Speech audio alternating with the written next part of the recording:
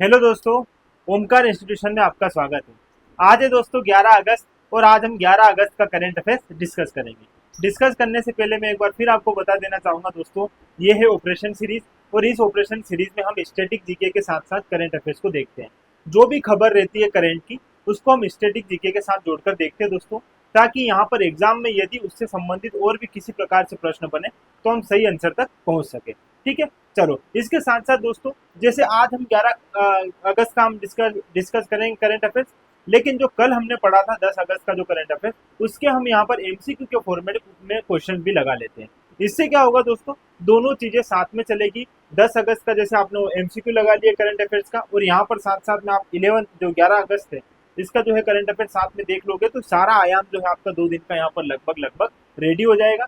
Plus जो आपने पीछे पढ़ा था वो भी आपको क्या रहेगा, याद रहेगा। ठीक है, चलो आज की प्रमुख सुर्खियां जो है एक बार देख लेते हैं, फिर हमारा सेशन शुरू करेंगे दोस्तों। 11 अगस्त पेरिस ओलंपिक 2020 का क्या हो रहा है, 22-24 का क्या हो रहा है दोस्तों, यहाँ पर समापन हो रहा है।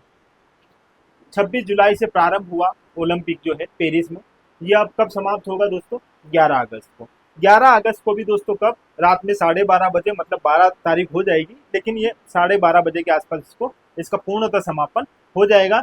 ये पेरिस में हुआ था, इसकी सारी बातें जो है पेरिस ओलंपिक की हम समझ लेंगे। कब कब हुआ, भारत ने कितना अच्छा प्रदर्शन किया, क्या क्या प्रमुख बातें रही, सारी जो है हम यहाँ पर इसमें अच्छे से डिस्कस करेंगे। फिर अगला बिंदु है हमारा दोस्तों 10 अगस्त विश्व शेर दिवस। आप जानते हो 10 अगस्त को विश्व शेर दिवस मनाया जाता है, 2013 से मनाया जा रहा है। इसकी सारी जानकारी अपन देखेंगे यहाँ पर। भारतीय वायुसेना की टीम मलेशिया में अभ्यास उदार शक्ति 2024 में सफल भागीदारी के बाद वापस लौटी। कौन सी दोस्तों, भारतीय वायुसेना। कहाँ से, मलेशिया से।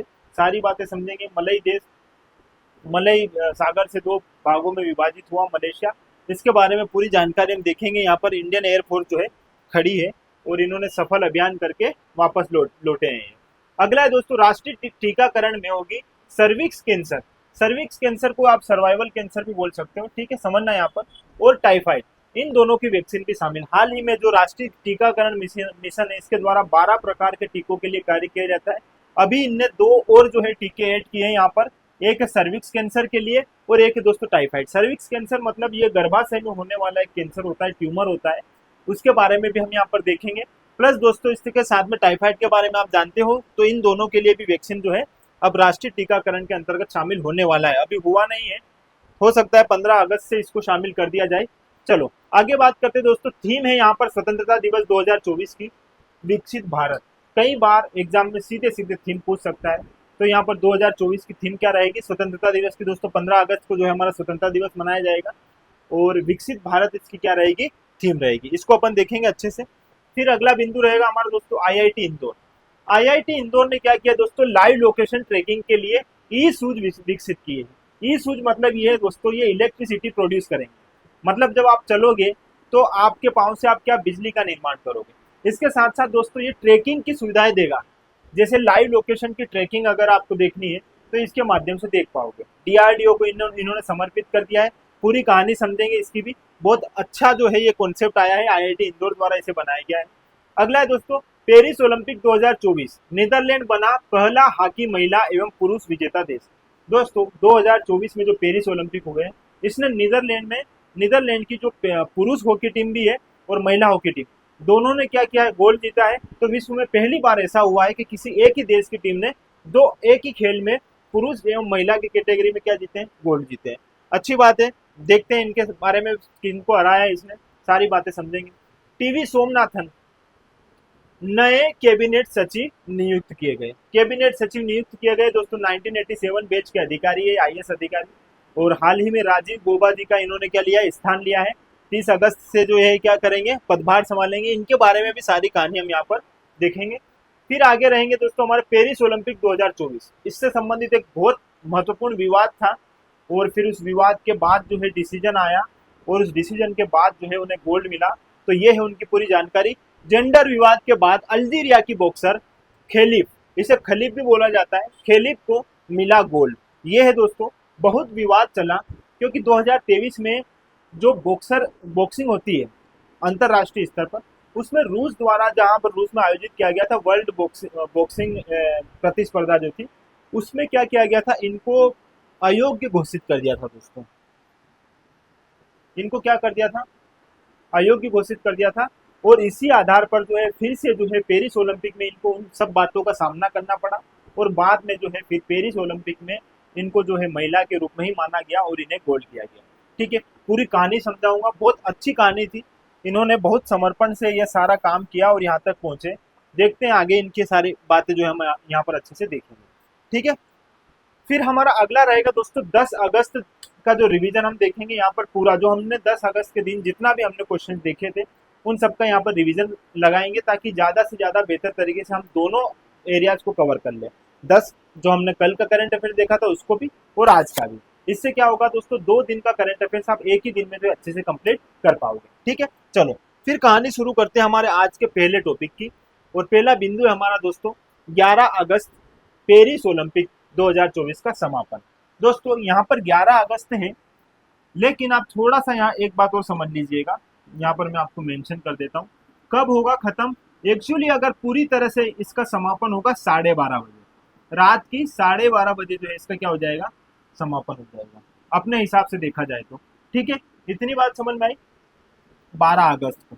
लेकिन ऑफिशियली क्या है दोस्तों कि इसका प्रारंभ हुआ था 26 जुलाई से, और ये समापन होगा इसका कब दोस्तों, 11 अगस्त। आप ये डेट यहाँ पर क्या करना, याद रखें। ठीक है, सारी बातें मैंने आपको बता दी है। 26 जुलाई को भी आपको पता है दोस्तों कहाँ इसकी शुरुआत हुई थी, पेरिस में। पेरिस की एक महत्वपूर्ण नदी है दोस्तों सीन नदी। सीन नदी पर ये इसकी शुरुआत हुई थी, सीन नदी से। ये याद रखना दोस्तों, सीन नदी। और कब हुई थी दोस्तों, तो ये 10:30 बजे हुई थी इसकी।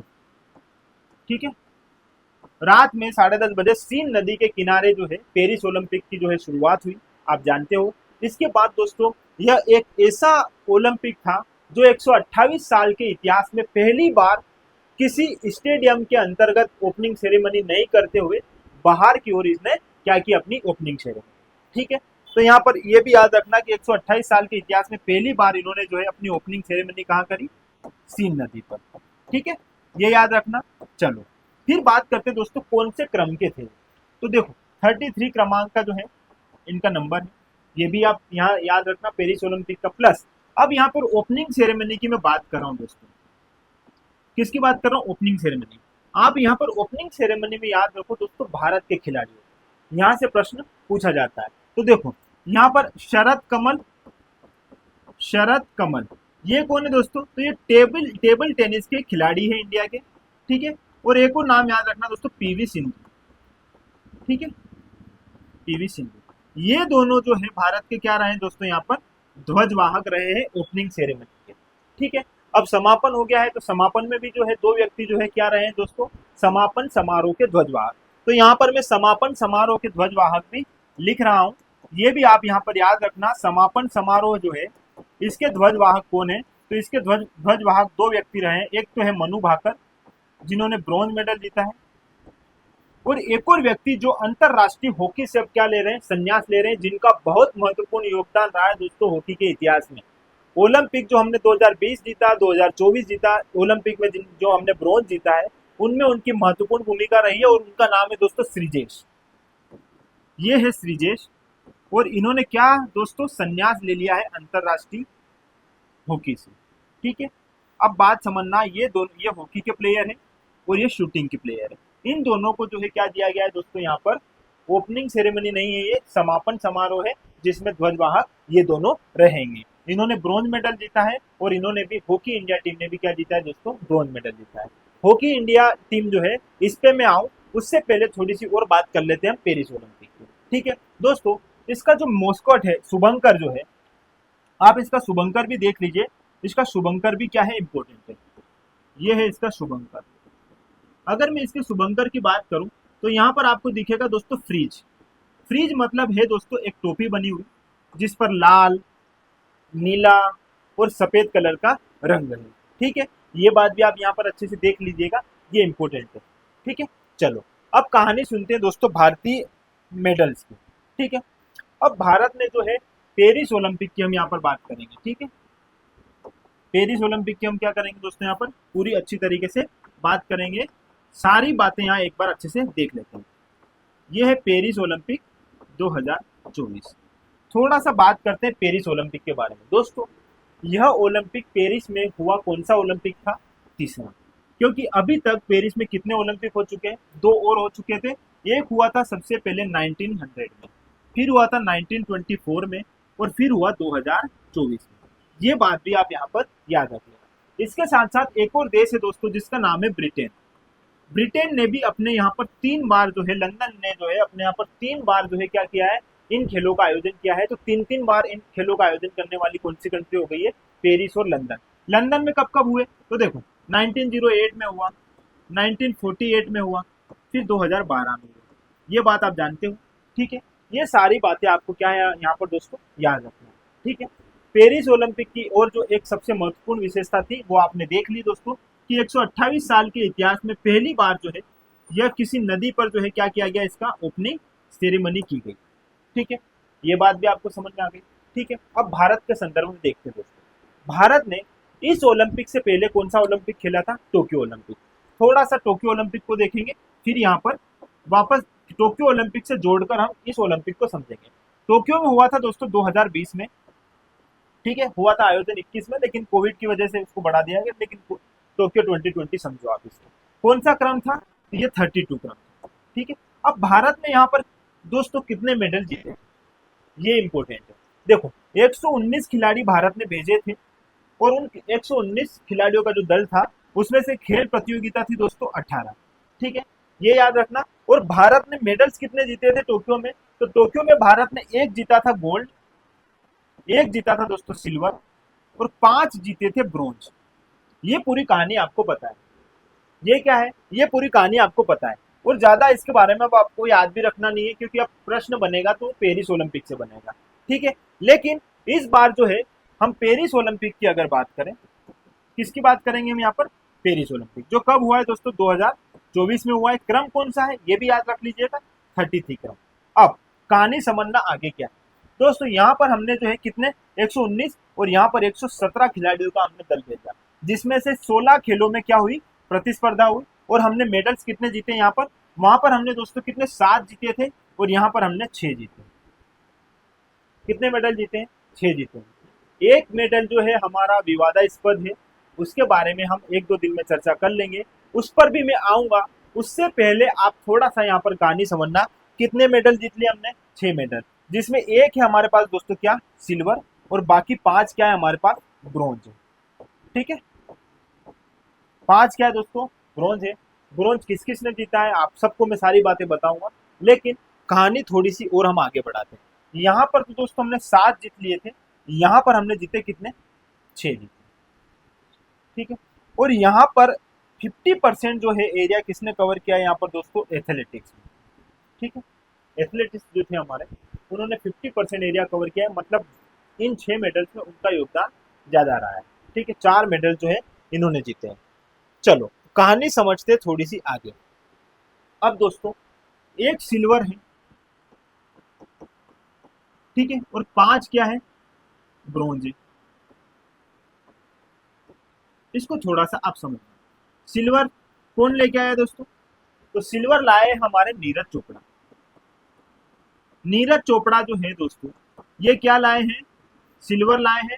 इससे पहले टोक्यो ओलंपिक में ये क्या लाए थे, गोल्ड लाए थे। ये भी याद रखो कि टोक्यो ओलंपिक जो हुआ था उसमें इन्होंने गोल्ड लाए थे, और गोल्ड कितने मीटर भाला फेंकने पर लाए थे, ये भी याद रखना, 87.58 मीटर जो है इन्होंने क्या फेंका था दोस्तों, भाला फेंका था, और इसी के आधार पर इनको क्या मिला था, गोल्ड मिला था। लेकिन अब क्या हो रहा है दोस्तों, यहाँ पर नीरज चोपड़ा ने पेरिस ओलंपिक जो है, कौन से ओलंपिक दोस्तों, पेरिस ओलंपिक, इस पेरिस ओलंपिक में इन्होंने इससे भी ज्यादा मीटर की दूरी पर भाला फेंका, लेकिन गोल्ड नहीं मिला। इनकी हाईएस्ट जो है, इनके जो करियर का सबसे सर्वोच्च ही यही है जो मैं आप यहाँ पर बताऊंगा, वो है दोस्तों इनका 89.45 मीटर, और इसी आधार पर इनको क्या मिला है दोस्तों, यहाँ पर सिल्वर मिला है, ठीक है। ये बात आप यहाँ पर याद रखना। तो भारत ने एक सिल्वर जीत लिया किसके माध्यम से, नीरज चोपड़ा जी के माध्यम से, और कितने मीटर का भाला फेंका, 89.45 मीटर, ठीक है। इसके साथ यहाँ पर याद रखना दोस्तों, अगर सिल्वर इनको मिला है तो गोल्ड भी तो एक व्यक्ति को मिला होगा, और गोल्ड जिस व्यक्ति को मिला है उसका नाम है दोस्तों अरशद नदीम। इंपॉर्टेंट है, ये नाम भी याद रखना, क्योंकि ये है दोस्तों पाकिस्तान के, और इन्होंने 40 साल के बाद जो है पाकिस्तान को क्या दिलाया, गोल्ड दिलाया। ठीक है, अब बात समझना, तो इन्होंने कितना ऐसा फेंका होगा कि इनको जो गोल्ड मिला। तो दोस्तों इन्होंने ओलंपिक के इतिहास में सबसे लंबा जो है क्या फेंका है, भाला फेंका है, और उसकी मीटर कितनी है दोस्तों, 92.97 मीटर। बहुत इंपॉर्टेंट है और बहुत क्षमता चाहिए इतनी दूर भाला फेंकने में। वास्तव में इन्होंने बहुत लंबी दूरी पर जो है इस भाले को फेंका। इसके साथ साथ दोस्तों थोड़ा सा मैं और आपको बताऊं, नीरज चोपड़ा ने जो 6 भाला फेंके हैं उसमें से 5 फाउल है, एक ही है जो इतना पहुंचा है। और इन्होंने दोस्तों 3 ऐसे फेंके हैं जो 90 प्लस है, जो 90 प्लस मीटर के जो है इन्होंने 3 ऐसे भाला फेंके हैं। ठीक है, ये बात भी आप यहाँ पर क्या कर लेना दोस्तों, याद रख लेना। ठीक है, इसके बाद आते हैं दोस्तों हमारे ब्रोंज पर। 5 ब्रोंज है। एक दोस्तों जीता है किसने, मनु भाकर ने। अब मनु भाकर ने किस में जीता है दोस्तों, शूटिंग में जीता है। ठीक है, कहानी समझना मनु भाकर की। मनु भाकर ने शूटिंग में जीता है। इसके साथ शूटिंग में भी कौन सी प्रतिस्पर्धा दोस्तों, 10 मीटर एयर पिस्टल में। ठीक है, इनके साथ फिर इनकी एक और प्रतिस्पर्धा होती है दोस्तों, जिसमें इन्होंने सरजोब सिंह जो है, कौन है दोस्तों, इनका नाम क्या है, सरबजोत सिंह जो है, इनके साथ इन्होंने भागीदारी की और फिर इन्होंने क्या जीता, यहाँ पर फिर से जो है ब्रॉन्ज मेडल जीता। ठीक है, दोनों ने मिलकर। अब बात समझना, एक ही ओलंपिक में 2 ओलंपिक मेडल जीतने वाली भारत की पहली महिला खिलाड़ी कौन बन गई है दोस्तों, मनु भाकर। और अलग अलग ओलंपिक में 2 मेडल जीतने वाली भारत की प्रथम खिलाड़ी कौन है, पीवी सिंधु। दोनों में डिफरेंस है, थोड़ा सा आप इस बात को बेहतर तरीके से समझना। अलग अलग ओलंपिक में मेडल जीतने वाली भारत की पहली महिला खिलाड़ी कौन है, पीवी सिंधु।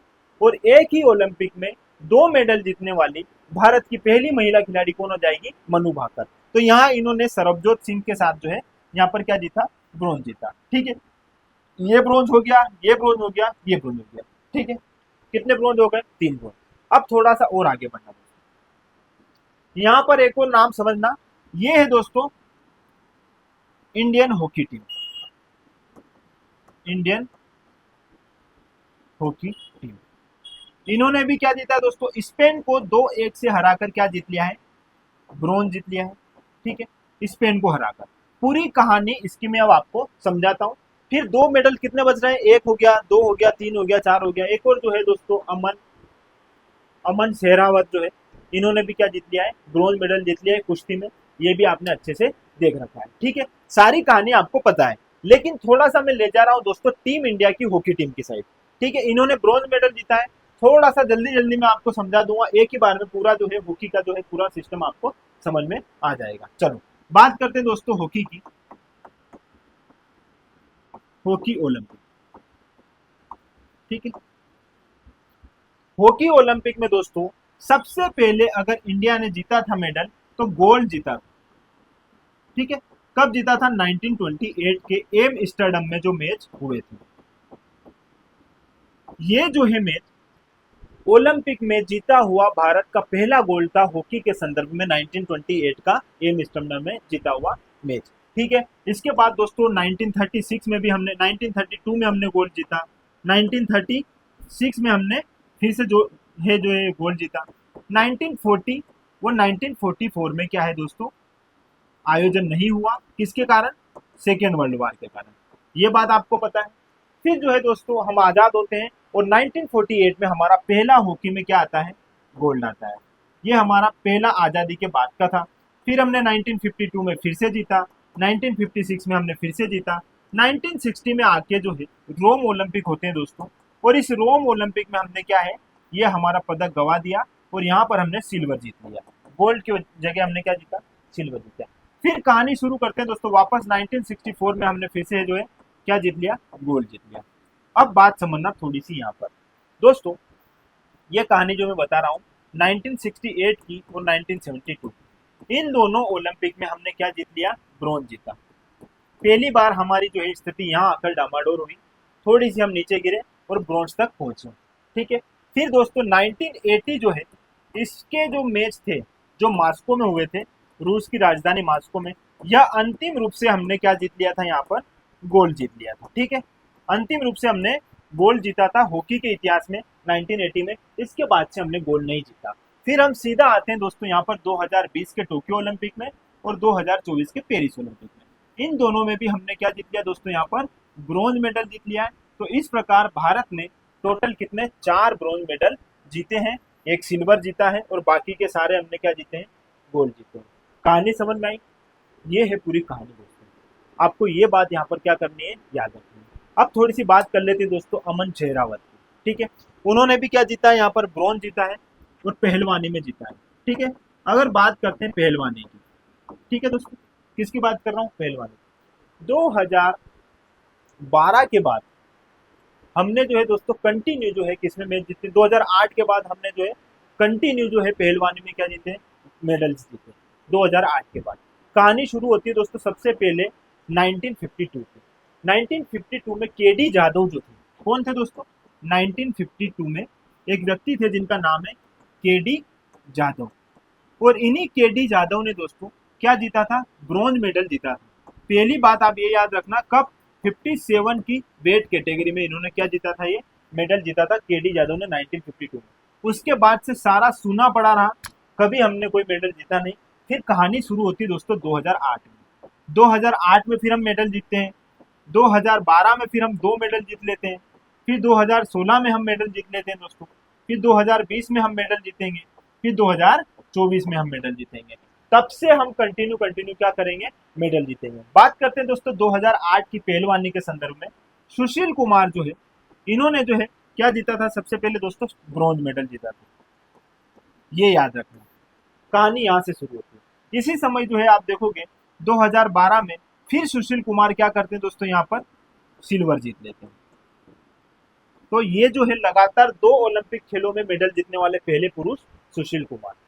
ठीक है, वो लगातार 2 ओलंपिक में मेडल जीतने वाली पहली महिला पीवी सिंधु बैडमिंटन में। कहानी समझ में आई? चलो अब बात करते दोस्तों यहाँ पर योगेश्वर दत्त की। योगेश्वर दत्त जो है, इन्होंने भी क्या यहाँ पर दोस्तों जीत लिया था, ब्रॉन्ज। ठीक है, ये बात भी आप यहाँ पर याद रख लेना, इंपॉर्टेंट है। फिर 2016 में दोस्तों साक्षी मलिक आती है। साक्षी मलिक भी जो है ब्रॉन्ज जीत लेती है, ये भी पहलवान है। ठीक है, ये भी बात आप जानते हो। फिर 2020 में 2 व्यक्ति का नाम आपको यहाँ पर याद रखना है दोस्तों। एक का नाम है बजरंग पूनिया, एक का नाम है दोस्तों क्या, बजरंग पूनिया।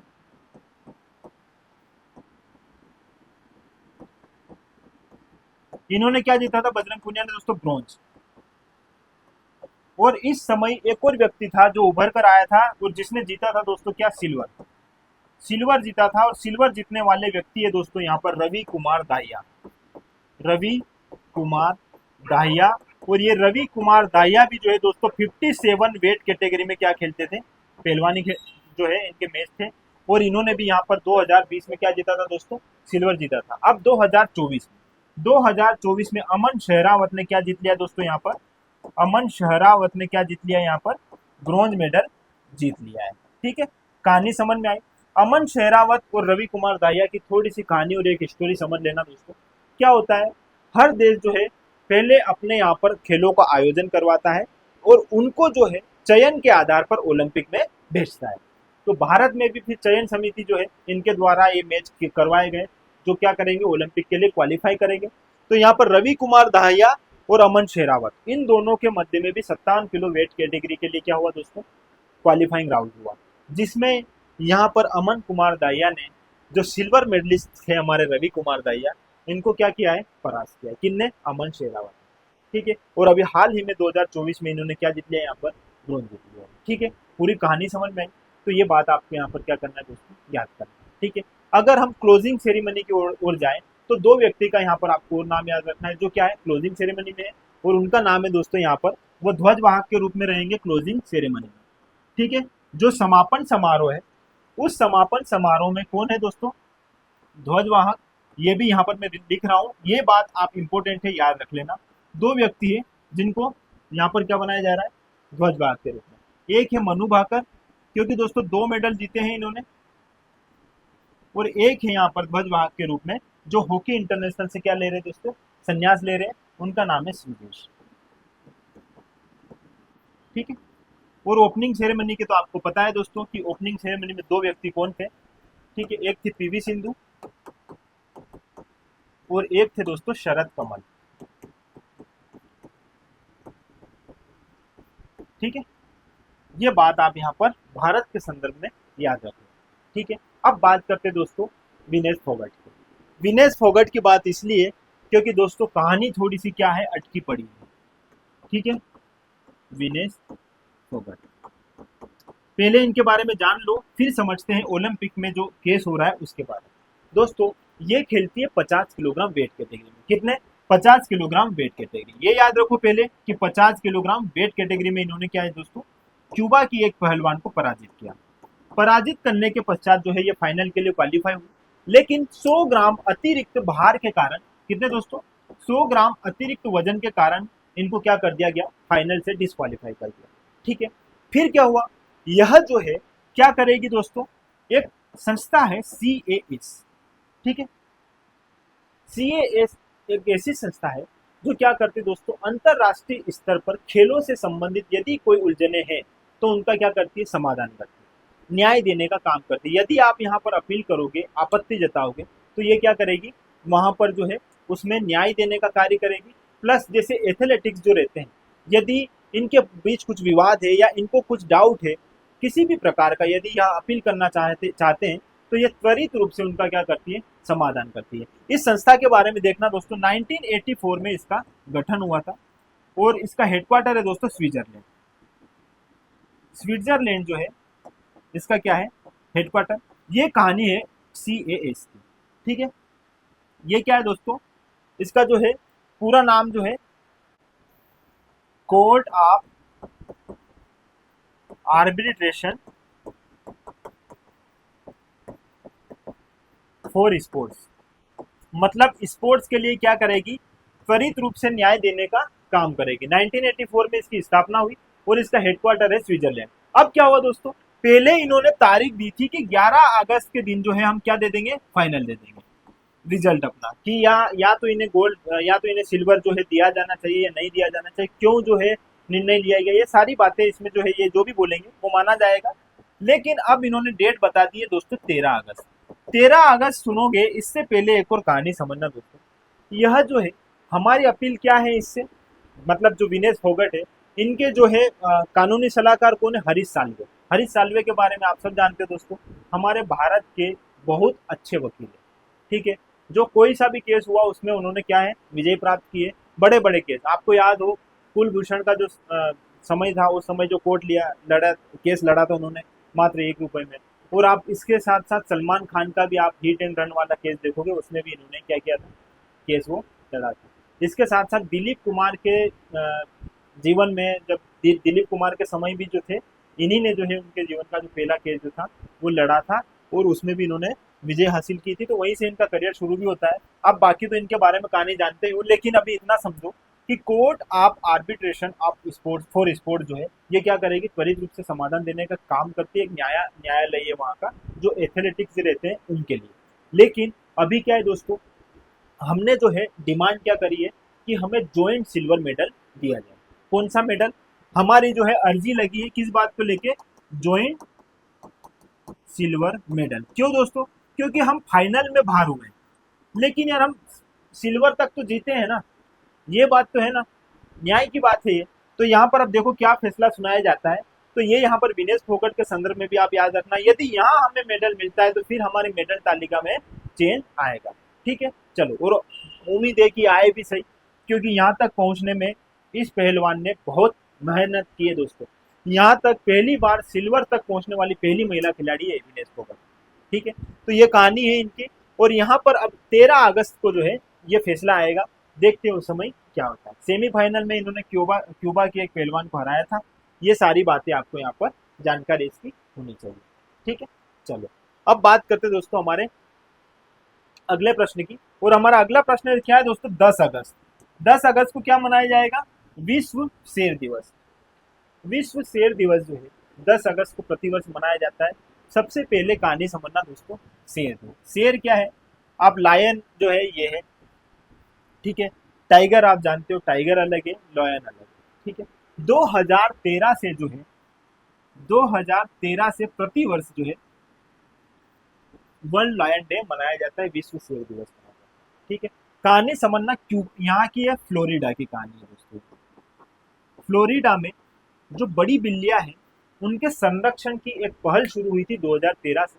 तब से लेके ये जो क्रम नियमित रूप से चल रहा है और प्रति वर्ष 10 अगस्त को क्या मनाया जाएगा, विश्व शेर दिवस। कहानी थोड़ी सी ये है दोस्तों कि आपने अंतरराष्ट्रीय स्तर पर एक संस्थान देखा है IUCN, जिसका फुल फॉर्म है दोस्तों international union for conservation of nature. मतलब प्राकृतिक जो चीजें हैं उनके संरक्षण के लिए क्या करता है, ये कार्य करता है। और अभी हाल ही में इसने दोस्तों क्या है, रेड लिस्ट जारी की है। और इस रेड लिस्ट में दो बात ऐसी है जो क्या है, थोड़ी सोचने लायक। एक है दोस्तों अफ्रीकी लायन के लिए, जो अफ्रीकी शेर है इनके लिए ये बात कही है। और एक कही है दोस्तों इन्होंने एशियाई शेरों के बारे में, एशियाई शेरों के बारे में।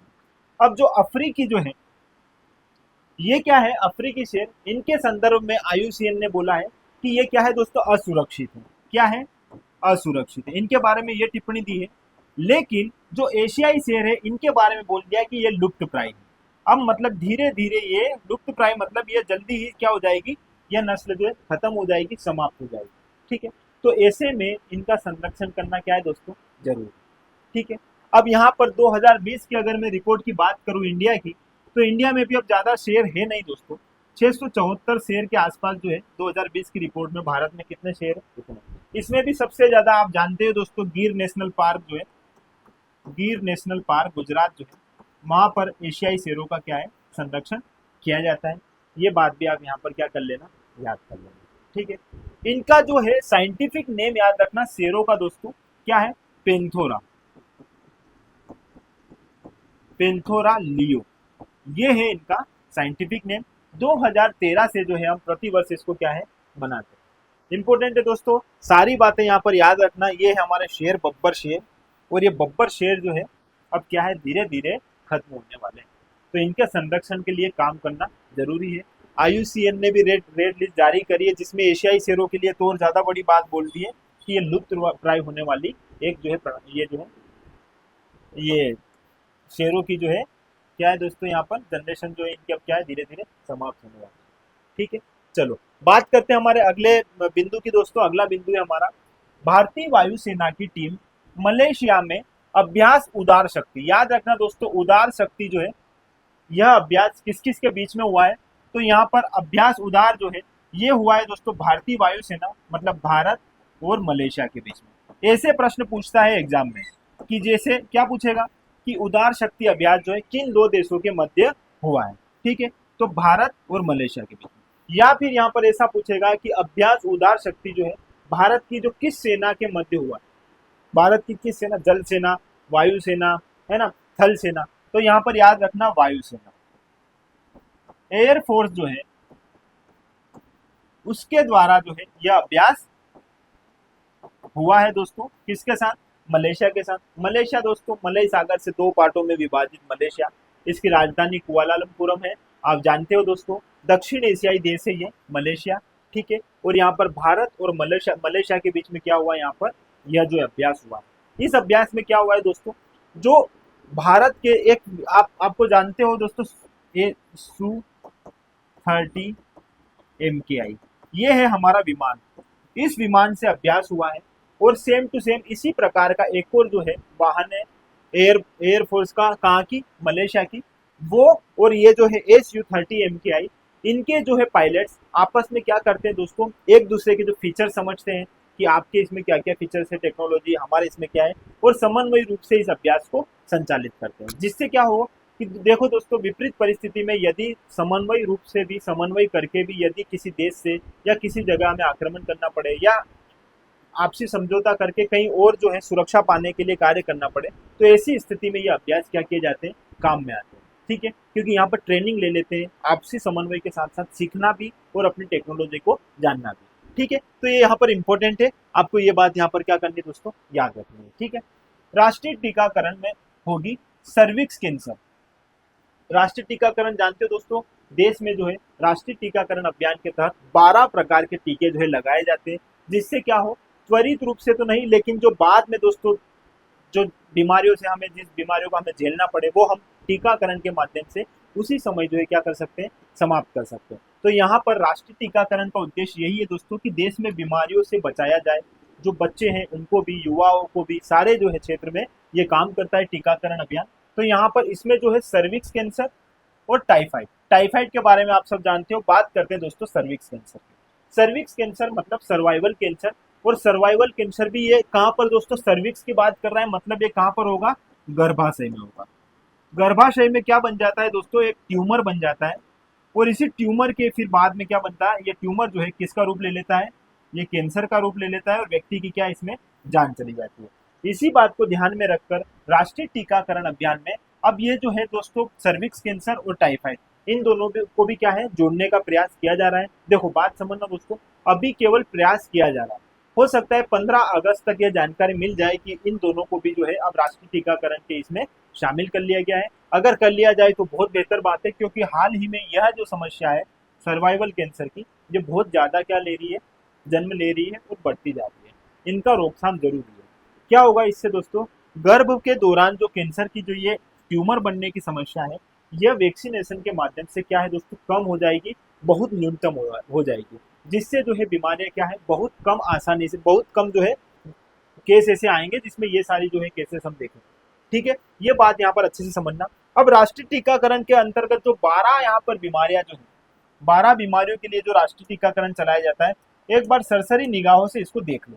देखो इसलिए ताकि बस आपको याद रहे, सारी बातें इसमें नहीं घुसना है, बस नाम सुन लो। एक है बीसीजी का टीका, फुल फॉर्म पूछा जाता है बेसिलस कैलमेट यूएरिन, ये याद रखना। फिर बात करने डिप्थीरिया जिसे गला घोटू बोलते हैं, पुट्रेसिस जिसे काली खांसी बोलते हैं, टिटनस जिसे धनुषवाय बोलते हैं, होमोफिलस इन्फ्लुएंजा टाइप बी जिसे HIV बोलते हैं, ठीक है याद रखना, हेपेटाइटिस बी, पोलियो, खसरा, रुबेला, न्यूकोकल रोग इसे PNC बोलते हैं, रोटा वायरस और ह्यूमन पेलोमा वायरस HPV, याद रखना दोस्तों। ये आप एक बार इनको देख लेना बस, और फिर आप इनके सामने से नजरें हटा देना, ताकि आपके सामने ये याद रहे कि BCG का टीका लगता है, डिप्थीरिया, काली खांसी है ना, टिटनस, ये सारी बातें आपको पता है। लेकिन अब 2 और क्या है यहाँ पर ऐड होने वाले हैं, अगर वो ऐड हो जाए तो बहुत अच्छी बात है, ठीक है, और जरूरी भी है उनकी दोस्तों यहाँ पर ऐड होने की। ठीक है, चलो बात करते हैं दोस्तों स्वतंत्रता दिवस की। प्रति वर्ष स्वतंत्रता दिवस पर क्या है दोस्तों, अपनी अपनी एक थीम जो है क्या है, रहती है स्वतंत्रता दिवस की, जो हमारा लक्ष्य होता है। ठीक है, जैसे यहाँ पर 2024 की मैं बात करूंगा स्वतंत्रता दिवस की, तो यहाँ पर हमारी थीम है दोस्तों विकसित भारत। अब थोड़ा सा यहाँ पर समझना विकसित भारत का कॉन्सेप्ट क्या है। भारत दोस्तों एक विकासशील अर्थव्यवस्था है। विकासशील अर्थव्यवस्था मतलब जो अपने विकास के लिए क्या कर रही है, निरंतर कार्य कर रही है, जो तृतीय क्षेत्र जिसमें सर्विस सेक्टर रहता है उसकी ओर क्या है, अग्रसर है, और प्राथमिक क्षेत्र जिसमें कृषि आती है, द्वितीय क्षेत्र जिसमें उद्योग आते हैं, इनका आप धीरे धीरे इनको अपने लेवल पर रखना, साथ ही साथ तृतीय क्षेत्र में जो है ज्यादा से ज्यादा क्या है, भागीदारी देने के उद्देश्य से भारत काम करेगा, जिससे भारत किस श्रेणी में आ सकता है, विकसित अर्थव्यवस्था की श्रेणी। तो यहाँ पर मेन उद्देश्य क्या है दोस्तों, 2024 में हमारी थीम क्या है, विकसित भारत। आपने एक और @ करके 2047 देखा होगा दोस्तों, जिसमें क्या है, इंडिया जो है 2047 में 100 वर्ष पूर्ण करने वाला है, और यहाँ हम क्या है, हमारी अर्थव्यवस्था को 30 ट्रिलियन तक करने का क्या कर रहे हैं, लक्ष्य बना रहे हैं। तो ऐसी स्थिति में हम काम भी करेंगे, विकास के लिए जितना हो सकेगा उतना जो है हमारी सरकार जो है क्या करेगी, यहाँ पर प्रयास करेगी, और यही हमारा विकसित भारत का एजेंडा है इस बार 2024 के स्वतंत्रता दिवस पर। ठीक है, ये बात आप यहाँ पर याद रख लीजिएगा। अब बात करते हैं दोस्तों IIT Indore live location tracking के लिए ई-सूज विकसित किए। ई-सूज मतलब ये है दोस्तों कि जब आप चलोगे तो आप क्या करोगे, बिजली का निर्माण करोगे। IIT इंदौर ने एक बहुत अच्छा काम किया है। इसमें क्या किया है दोस्तों, इन्होंने ट्रैकिंग तो की है, मेन बात तो क्या है दोस्तों, लाइव लोकेशन की ट्रैकिंग करेगा, जैसे आप कहाँ पर हो उस सब चीजों के बारे में हमें पता चल जाएगा। देखो पूरी कहानी समझाऊं, लेकिन इसके साथ साथ दोस्तों इन्होंने क्या है, इलेक्ट्रिसिटी भी क्या होगी इसमें जनरेट होगी, जिससे बिजली पैदा होगी। ठीक है, ये तो काम इन्होंने किया। बात करते हैं दोस्तों लाइव लोकेशन ट्रैकिंग की, जो इसका मेन बिंदु अब इन्होंने ये निर्मित किया है, और इन्होंने इसको किसको समर्पित कर दिया है, DRDO। ठीक है। ये दोस्तों भारतीय रक्षा अनुसंधान संगठन जो है, ये क्या करता है, यह जो है अपने जो सैनिक है, जो सैनिक कर्मी है, उनके लिए इसको क्या करेगा, यूज करेगा। क्या होगा दोस्तों, कई बार हम ऐसे अभ्यास करते हैं या ऐसे हमारे सामने कई बार ऐसी चुनौतियां आती है जिसमें हमें अपनी लोकेशन को ध्यान में रखना बहुत जरूरी होता है। तो यहाँ पर आईआईटी इंदौर ने एक बहुत महत्वपूर्ण काम किया है, जो हमारी सेनाओं के जो कर्मचारी है, जो अधिकारी जो है, इन सब के लिए क्या है, ये काम करेंगे ये सूज। इन सूज के माध्यम से हम ट्रेकिंग, मतलब हम उनकी लोकेशन देख सकते हैं, प्लस उनके बारे में सारी जानकारी ले सकते हैं कि हमारा कौन सा ऑफिसर कहाँ पर है। ठीक है, तो ये एक अच्छी पहल है। देखते हैं आगे इसमें दोस्तों और भी सारी चीजें जो है यहाँ पर आपने देख ही रखी है। फिर एक बहुत अच्छी न्यूज है दोस्तों, पेरिस ओलंपिक 2024 की, ये आपको यहाँ पर याद रखना है। नीदरलैंड बना पहला हॉकी महिला एवं पुरुष विजेता देश ओलंपिक 2024 में, और विश्व में पहली बार ऐसा देश बना है नीदरलैंड, जिसने क्या किया है, ओलंपिक हॉकी में पुरुष कैटेगरी में भी और महिला की कैटेगरी में भी क्या जीता है दोस्तों, इन्होंने गोल्ड जीता है। अगर बात करूं मैं महिलाओं की, तो 3-1 से इन्होंने किसे पराजित किया है दोस्तों, यहाँ पर चीन को। और ऐसा करके ये क्या बन चुकी है, यहाँ पर पेरिस ओलंपिक खेल की गोल्ड मेडल विजेता टीम बन गई है। इसी के साथ पेरिस ओलंपिक में पुरुषों की मैं बात करूं, तो इन्होंने भी 3-1 से हराया है। और इन्होंने किसे हराया दोस्तों, जर्मनी को हराया। तो ये एक ऐसी कंट्री बन गई है जिन्होंने एक ओलंपिक में पुरुष में भी और महिलाओं दोनों ने क्या जीता है दोस्तों, हॉकी में क्या जीत लिया, यहाँ पर गोल्ड जीत लिया है। ठीक है, कहानी अच्छी है, ये भी आप यहाँ पर क्या है याद रख लीजिएगा। इसके साथ साथ नीदरलैंड की टीम तो आपको पता ही है दोस्तों, अगर महिलाओं की मैं हॉकी की बात करूं, तो 5 बार इन्होंने मेडल जीता है। कितनी बार, और 5 मेडल, वो भी गोल्ड। ठीक है, तो बट ओबियस था, लेकिन इस बार पुरुष हॉकी टीम ने भी क्या है, यहाँ पर गोल्ड जीत लिया है। ये भी बात आप यहाँ पर याद रखिएगा। ठीक है, अब बात करते हैं दोस्तों टीवी सोमनाथन जी की। ठीक है, इन्हें जो है नए कैबिनेट सचिव नियुक्त किए गए हैं। ये दोस्तों हमारे क्या, टीवी सोमनाथन जी, इन्होंने 33 क्रमांक के जो है कैबिनेट सचिव के रूप में पदभार ये संभालेंगे।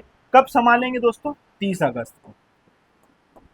ठीक है, किसका स्थान लेंगे ये याद रखना, स्थान लेंगे दोस्तों ये राजीव गोबा जी का, जो वर्तमान में क्या है, कैबिनेट सचिव, इनका स्थान लेंगे। ये कौन है दोस्तों, तो ये 1987 के आईएएस अधिकारी, आईएएस अधिकारी कहाँ के, मद्रास केडर, तमिलनाडु केडर के लिए तो।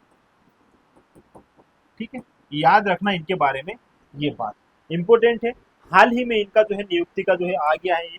अब ये 30 अगस्त से क्या करेंगे, इस पद को संभालेंगे। ठीक है, चलिए फिर बात करते हैं दोस्तों पेरिस ओलंपिक 2024 की। सबसे महत्वपूर्ण खबर है, ये बात याद रखना, जो अल्जीरिया की, जेंडर विवाद के बाद अल्जीरिया की एक बॉक्सर है दोस्तों, ये क्या है, बॉक्सर है, और इनका नाम है खेलिफ।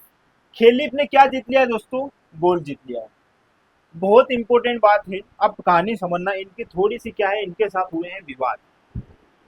जब इन्होंने मैच खेला, तो इनके जो प्रतिद्वंदी थे उन्होंने बोला कि यह जो है कोई महिला नहीं है, ये पुरुष है।